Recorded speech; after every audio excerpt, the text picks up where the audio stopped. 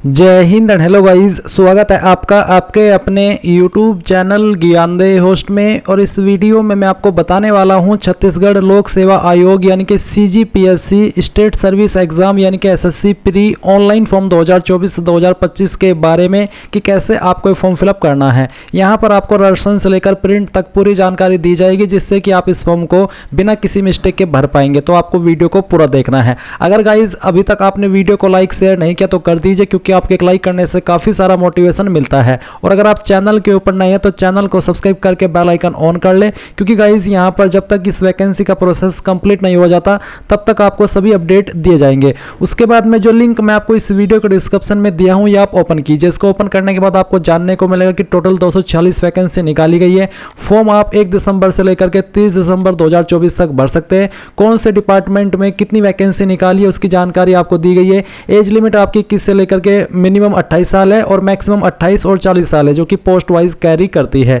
और फीस की जानकारी आप यहां पर चेक कर सकते हैं। अदर स्टेट के कैंडिडेट को यहां पर चाहे आप किसी भी कैटेगरी से है 400 रुपये फीस पे करनी होगी। और जो छत्तीसगढ़ के कैंडिडेट है यानी कि छत्तीसगढ़ के निवासी है उनको कोई फीस पे नहीं करनी है। करेक्शन चार्ज यहाँ पर 500 रुपये रखा है। तो आप इंपॉर्टेंट लिंक के सेक्शन से ऑफिशियल नोटिफिकेशन PDF के ऊपर क्लिक करके इस नोटिफिकेशन से भी पूरी की पूरी जानकारी हिंदी के अंदर रीड कर सकते हैं, जहाँ पर आपको सभी जानकारी बहुत ही अच्छे से दी गई है।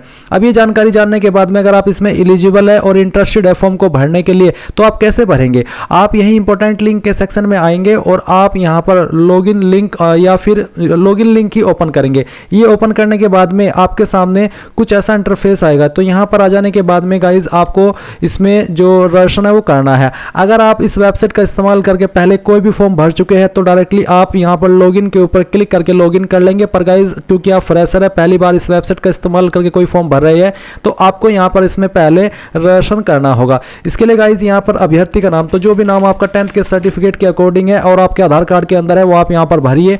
मोबाइल नंबर डाल दीजिए, आपकी ईमेल आईडी जो कि आप रजिस्टर करना चाहते हैं वो डाल दीजिए। फिर आपको यहाँ पर पिता का नाम डालना है। उसमें आपको शुरुआत में श्रीमान कुछ ऐसा लगाने की आवश्यकता नहीं है। एग्जैक्ट जो 10वीं के अंदर नाम है या जो आधार कार्ड के अंदर नाम है वो यहाँ पर भर दीजिए। फिर आपको आपकी माताजी का नाम डालना है। उसके बाद आपको आपका जेंडर सेलेक्ट कर लेना है। फिर जो आपकी डेट ऑफ बर्थ है वो आप यहाँ पर कैलेंडर के ऊपर क्लिक करके सिलेक्ट कर लेंगे इस तरह से।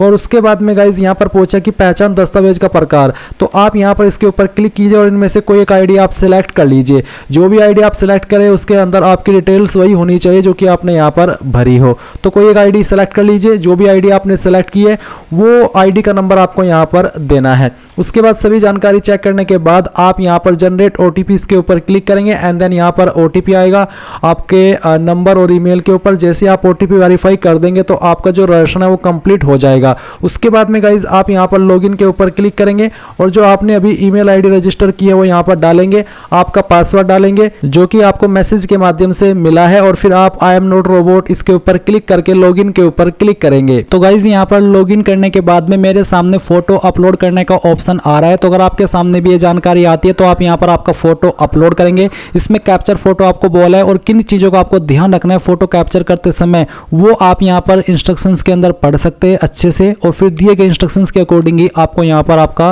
फोटो कैप्चर करना है। तो कैप्चर फोटो के ऊपर क्लिक कीजिए। तो गाइज बेसिकली यहाँ पर आप इसमें जब कैप्चर फोटो के ऊपर क्लिक करते हैं तो आपको मैसेज के माध्यम से एक लिंक सेंड किया जाएगा। वो लिंक आप जैसे ही ओपन करेंगे तो ऑटोमेटिकली आपको कैप्चर फोटो का ऑप्शन मिलेगा।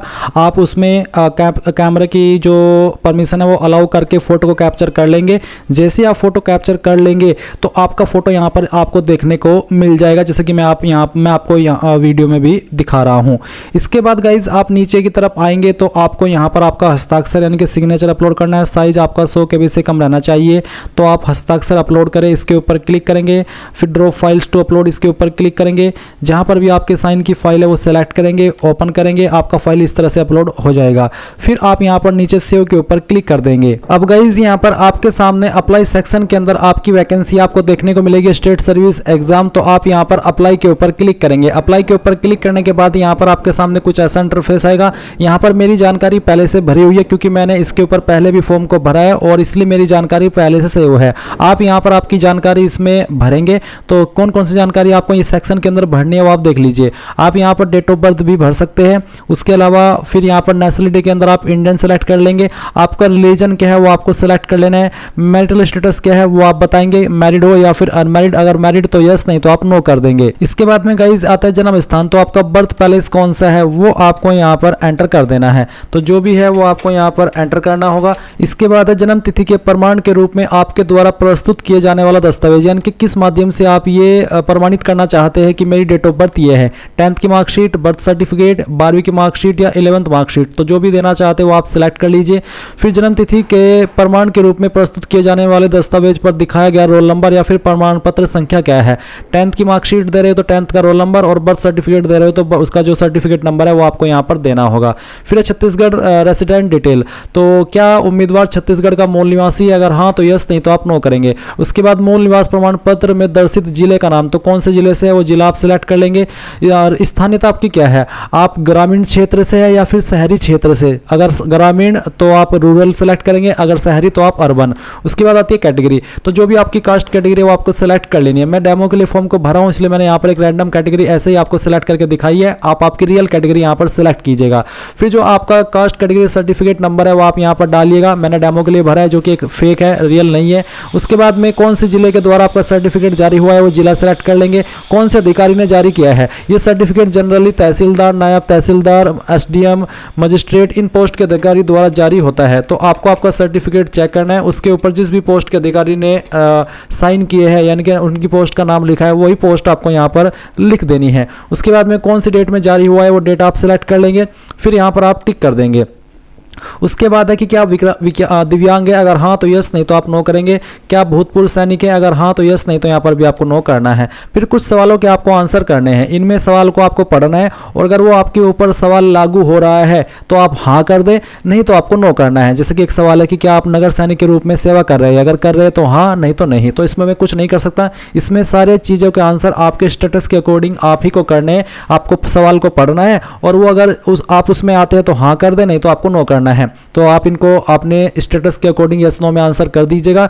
उसके बाद जैसे कि एक सवाल है कि क्या आप भारतीय मूल के रूप में प्रमाणित है, तो यहाँ पर इसमें नो का ही ऑप्शन है, मैंने इसमें नो कर दिया है। अब आप नीचे आएंगे और सेव एंड नेक्स्ट इसके ऊपर क्लिक कर देंगे। यहाँ पर आती है एड्रेस की जानकारी, तो जो भी आपका एड्रेस है वो आप भरेंगे। पहले आपको यहाँ पर जो आपका परमानेंट एड्रेस है वो भरना है। तो आप यहाँ पर जो भी एड्रेस है वो लिख दीजिए। फिर आपकी जो स्टेट है वो आपको सिलेक्ट कर लेनी है। जिला आपका कौन सा है वो आप सिलेक्ट कर लेंगे। पिन कोड आपको डाल देना है। नज़दीकी पुलिस स्टेशन कौन सा है वो आप यहाँ पर लिख देंगे। अब अगर आपका परमानेंट और प्रेजेंट एड्रेस एक ही है, अलग अलग नहीं है, तो आप सेम एज परमानेंट एड्रेस इसके ऊपर टिक कर दीजिए और फिर नीचे सेव एंड नेक्स्ट के ऊपर क्लिक कर दीजिए। अब आपके सामने यहाँ पर क्वालिफिकेशन की जानकारी आ चुकी है। तो सबसे पहले यहाँ पर आपको सिलेक्ट एन ऑप्शन में सबसे पहले 10th सिलेक्ट कर लेना है। फिर यहाँ पर आपको डिग्री का नाम में 10th ही लिख देना है। बोर्ड आपको बताना कि कौन से बोर्ड के द्वारा आपने आपकी 10वीं की है। संस्थान का नाम यानी कि कौन से स्कूल कॉलेज से आपने आपकी जो 10वीं है वो की है उसका नाम आपको देना होगा। फिर किस साल के अंदर पास कर ली थी वो साल आपको यहाँ पर सिलेक्ट कर लेना है।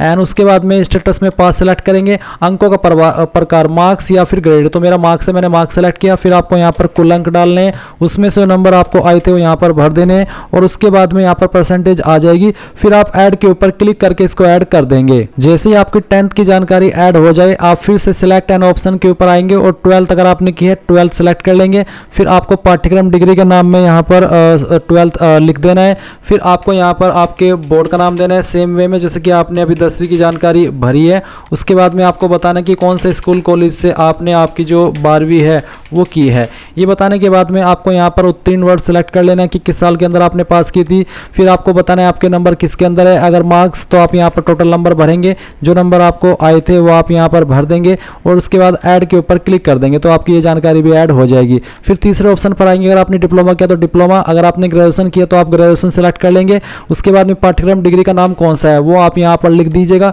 कौन सी यूनिवर्सिटी के द्वारा आपने क्वालिफिकेशन किया उसका नाम आप यहाँ पर भर देंगे। संस्थान का नाम यानी कि कौन से डिग्री कॉलेज या फिर इंस्टीट्यूट से आपने की है उसका नाम आपको यहाँ पर एंटर करना है। तो इस तरह से आप ये एंटर करेंगे, फिर बताएंगे कि किस साल के अंदर आपने इसको पास कर लिया था।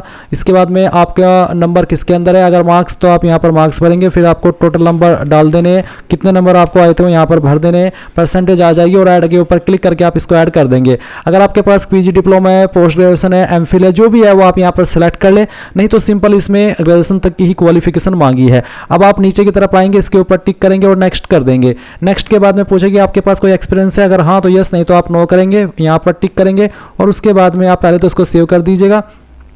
अब आपके सामने यहाँ पर जो फोटो अपलोड है उसका सेक्शन आ चुका है, तो फोटो अपलोड के ऊपर क्लिक करेंगे और इसके ऊपर क्लिक करने के बाद में यहाँ पर राशन डाटा आ चुका है। मैंने गाइज इसमें पहले ही लाइव फोटो अपलोड कर लिया था जब मैंने इसमें राशन किया था। अगर आपने अभी तक नहीं किया है और आपके सामने आ रहा है फोटो अपलोड करने का ऑप्शन, तो आप यहाँ पर फोटो अपलोड कर दीजिएगा, आपका लाइव फोटो और फिर आपका सिग्नेचर, और उसके बाद में आप यहाँ पर इसको सेव कर दीजिएगा। और गाइज फिर आप देखेंगे कि आपका फोटो यहाँ पर इस तरह से आ जाएगा। अब आपको यहाँ पर सेव एंड नेक्स्ट इसके ऊपर क्लिक करना है। इसके ऊपर क्लिक करने के बाद यहाँ पर पोस्ट है, स्टेट सर्विस एग्जाम, ये सेलेक्ट कर लेंगे। पोस्ट रिक्वायरमेंट ग्रेजुएशन डिग्री मांगी है किसी भी स्ट्रीम में, तो आप इसमें यस कर दीजिए, फिर आप सेव एंड नेक्स्ट करेंगे।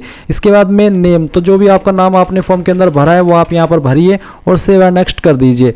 उसके बाद यहाँ पर जो भी जानकारी आपने शुरू से लेकर अभी तक भरी है उसका प्रीव्यू आपके सामने है। सभी जानकारी चेक करते हुए नीचे की तरफ आएंगे और फिर यहाँ पर आपको एग्जाम सेंटर की प्रेफरेंस सेलेक्ट कर लेनी है, यहाँ पर टिक करना है और जो पोर्टल चार्ज है वो आपको देना है 40 रुपये प्लस GST, जो कि 47 बैठ जाता है। तो आप पे नाउ पर क्लिक करेंगे, अग्री कर देंगे एंड देन आपको पेमेंट के पेज पर ट्रांसफर कर दिया। आप आपकी एप्लीकेशन फीस इनमें से किसी भी माध्यम का इस्तेमाल करके जमा कर सकते हैं। जैसे आप फीस जमा कर देंगे तो आपका फॉर्म फाइनल सबमिट माना जाएगा और फिर आप अपने फॉर्म का फाइनल प्रिंट आउट ले पाएंगे। इस तरह से गाइज आप लोग CGPSC SSC pre online form 2024 भरेंगे। आई होप ये प्रोसेस आपको पसंद आया होगा। अगर अभी भी कोई सवाल डाउट रह गया हो तो कमेंट के माध्यम से पूछ लीजिएगा। Thanks for watching. जय हिंद।